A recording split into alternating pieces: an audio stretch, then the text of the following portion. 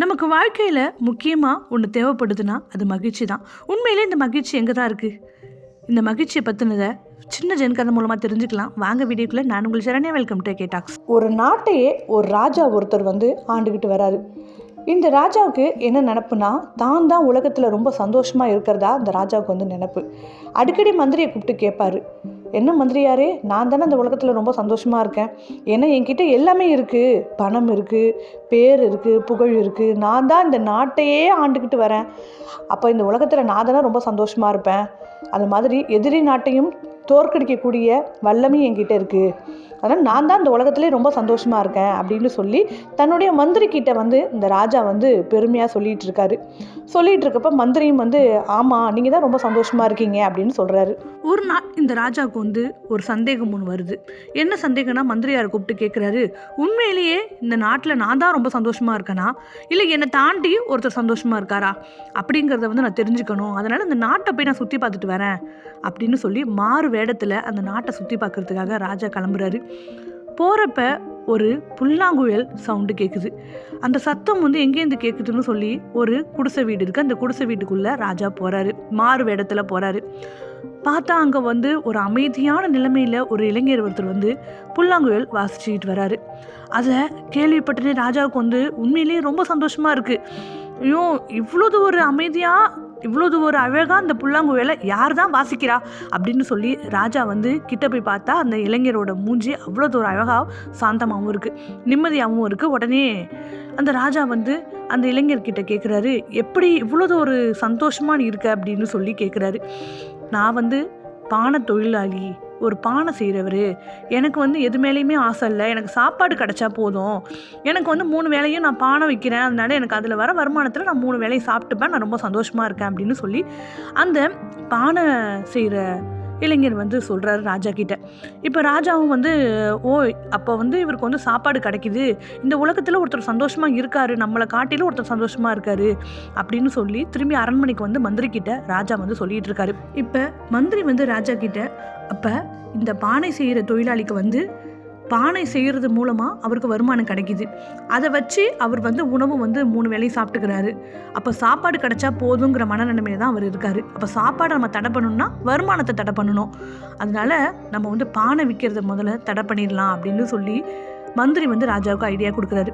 ராஜாவும் இப்போ ஒரு ஆணை ஒன்று அந்த நாட்டுக்கே உத்தரவு ஒன்று கொடுக்குறாரு. என்ன உத்தரவுனா, இனிமேலுக்கு யாரும் நம்ம நாட்டில் பானை செய்யக்கூடாது அப்படின்னு சொல்லி ஒரு உத்தரவு ஒன்று கொடுக்குறாரு. இதை கேள்விப்பட்டோடனேயே அந்த பானை செய்கிறவர் மனம் கலங்கி போகலைங்க. நமக்கு உணவு தானே வேணும், இது இல்லைன்னா நம்ம வேற ஏதாவது வேலையை பார்த்துக்கலாம் அப்படின்னு சொல்லி அங்கே காட்டில் போய் மரத்தெல்லாம் வெட்டி அந்த மரத்தை விற்று வியாபாரமாக்குறாரு. மரத்தை விற்று வியாபாரமாக்கி அதில் வர வருமானத்தில் இப்போ சாப்பிட்டுக்கிறாரு. திரும்பியும் ராஜா மாறு வேடத்தில் அந்த தொழிலாளியை பார்க்க ராஜா போகிறாருங்க. அந்த தொழிலாளி திரும்பவும் சந்தோஷமாக இருக்காரு. இதை ராஜா பார்த்தோன்னே, என்ன திரும்பவும் அவர் சந்தோஷமாக இருக்காரு அப்படின்னு சொல்லி கண்டுபிடிக்கிறாரு. ஓ, அவருக்கு வருமானம் இப்போ இப்படி வருதா அப்படின்னு சொல்லி இப்போ திரும்பியும் ராஜா இன்னொரு ஆணை ஒன்று கொடுக்குறாருங்க. என்ன ஆணைனா, அவர் எப்படியாவது அரண்மனைக்கு அழைச்சிட்டு வர சொல்லுங்க அப்படின்னு சொல்லி ஒரு ஆணை ஒன்று கொடுக்குறாரு. அரண்மனையில் அவரை காவல்காரராக நிற்க வச்சுட்டா அவருக்கு அப்போ மன உளைச்சல் வரும்ல, அதில் அவர் எப்படி சந்தோஷமாக இருப்பார்? அப்போதைக்கு எப்படி இருந்தாலும் அவர் மனம் வருத்தப்பட்டு தானே ஆகணும் அப்படின்னு சொல்லி இப்போ அந்த தொழிலாளியை காவல்காரராக ஆக்குறாருங்க. காவல்காரராக ஆக்குறாரு. காவல்காரராக ஆக்கணுன்னே கையில் வாளும் ஒன்று கொடுத்துட்றாருங்க. அந்த அரண்மனையில் அவர் காவல்காரராக நிற்கிறாரு. இப்போ இவர் காசுமே அந்த தொழிலாளிக்கு கொடுக்கறது இல்லைங்க. சம்பளம்னு கொடுத்தா தானே அவர் பசி ஆற்றிப்பார், அவருக்கு தேவையை பூர்த்தி பண்ணிப்பார். அதனால் இவர் சம்பளமும் கொடுக்கல. ஆனால் அந்த தொழிலாளி என்ன பண்ணார்னா, தாங்கிட்ட உள்ள கையில் உள்ள வாள் இருக்குல்ல, அந்த வாளை கொண்டு விற்றுட்டாருங்க. விற்றுட்டு அதை வருமானமாக்கி உணவு உண்ண ஆரம்பிக்கிறாரு. இந்த தொழிலாளிக்கு முக்கியமானதே உணவு தான். உணவு அப்பயுமே அவர் கிடச்சி போயிடுது. பிளாஸ்டிக்கில் ஒரு உடனில் வாள் ஒன்று செஞ்சு வச்சுக்கிறாரு. ஆனால் ராஜா பார்க்கும்பொழுது இவர் எப்போதுமே சந்தோஷமாக இருக்கார்.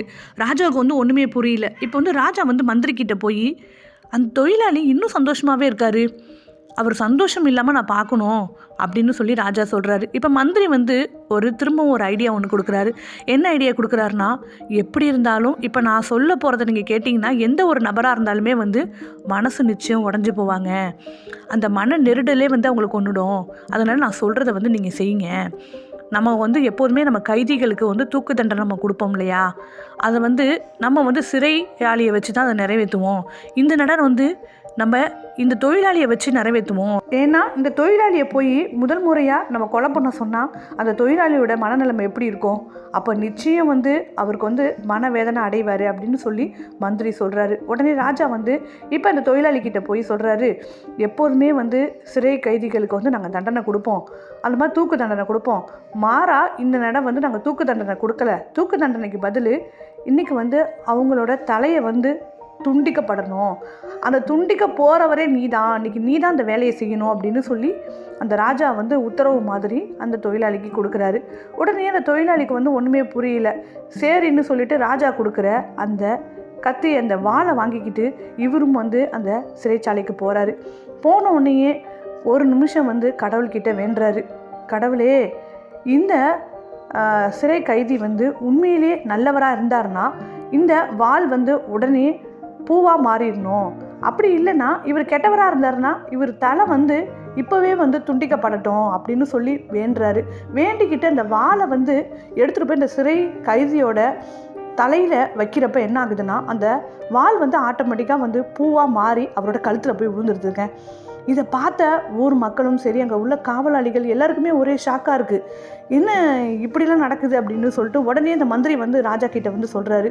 உடனே ராஜாவுக்குமே ஒரே ஷாக்காக இருக்குது. இப்போ இந்த ராஜா வந்து என்னடா நம்ம இந்த தொழிலாளியுடைய நிம்மதியை எப்படியாவது வந்து பறிக்கலான்னு பார்த்தா இந்த மாதிரி நடந்துகிட்டு இருக்கு அப்படின்னு சொல்லி ராஜாவுக்குமே ஒரே குழப்பமாக இருக்குங்க. இப்போ தான் ராஜா வந்து ஒன்று உணர்றாரு.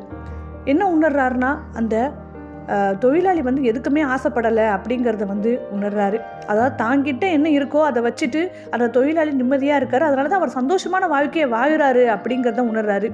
இப்போ ராஜா வந்து நமக்கு வந்து நம்ம நாடு இல்லைன்னா அடுத்த நாடை கைப்பற்றணும், அது மட்டும் இல்லாமல் தாங்கிட்ட உள்ள பொன் பொருள் இந்த மாதிரி இதில் தான் வந்து ராஜாவுக்கு வந்து பற்று அதிகமாக இருந்துச்சு. பொன் பொருள் இருந்தால் தான் நம்ம வந்து சந்தோஷமாக இருக்கணும், இந்த பொருள் இருந்தால் தான் நம்ம சந்தோஷமாக இருக்கணும், வாழ்க்கை வந்து இதெல்லாம் இருந்தால் தான் நமக்கு வந்து சந்தோஷம் அப்படிங்கிறத வந்து ராஜா வந்து உணர்ந்திருந்தார். ஆனால் அந்த தொழிலாளி அதெல்லாம் கிடையாது. நமக்கு சாப்பாடு இருந்தால் போதும், நமக்கு பொன் பொருள் இந்த மாதிரி எது மேலேயுமே அவர் பற்றுங்கிறத வைக்கல. அதனால தான் வந்து அந்த தொழிலாளிக்கு வந்து சந்தோஷம் மகிழ்ச்சிங்கிறது அவருக்கு வந்து கிடச்சிக்கிட்டு இருந்துச்சு. இந்த கதையில் சொல்கிற மாதிரி தாங்க நம்மளுமே நம்ம வாழ்க்கையில் சந்தோஷங்கிறது வந்து பொருள் மேலே இருக்குது, இந்த மாதிரி பதவி மேலே இருக்குது, பிறர் மேலே இருக்குது அப்படிங்கிறத வந்து நம்ம வந்து உணர்ந்து வச்சுருக்கோம். ஆனால் இப்போ இந்த தொழிலாளி எப்படி சந்தோஷங்கிறது எங்கேயுமே இல்லை, என்கிட்ட என்ன இருக்குது அந்த உணவு அப்படிங்கிறது ஒன்று இருக்குது, அது போதும் அப்படிங்கிறத அதிகமாக அவர் வந்து ஆசைப்படலை.